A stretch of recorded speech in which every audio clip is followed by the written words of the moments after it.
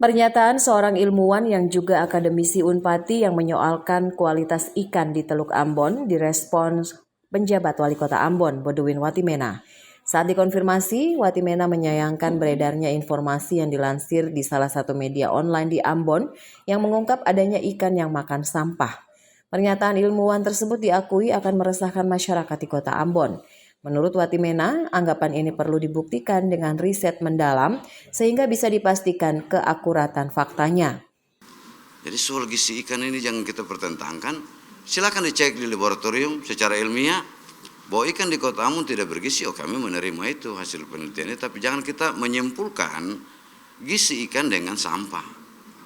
Itu dua hal yang berbeda.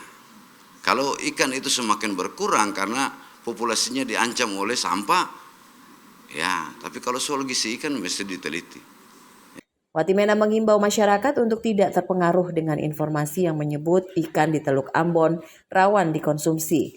Jika ada riset maupun temuan yang mengindikasikan kualitas ikan yang tidak sehat, maka pemerintah Kota Ambon akan menindaklanjuti sekaligus mengantisipasinya.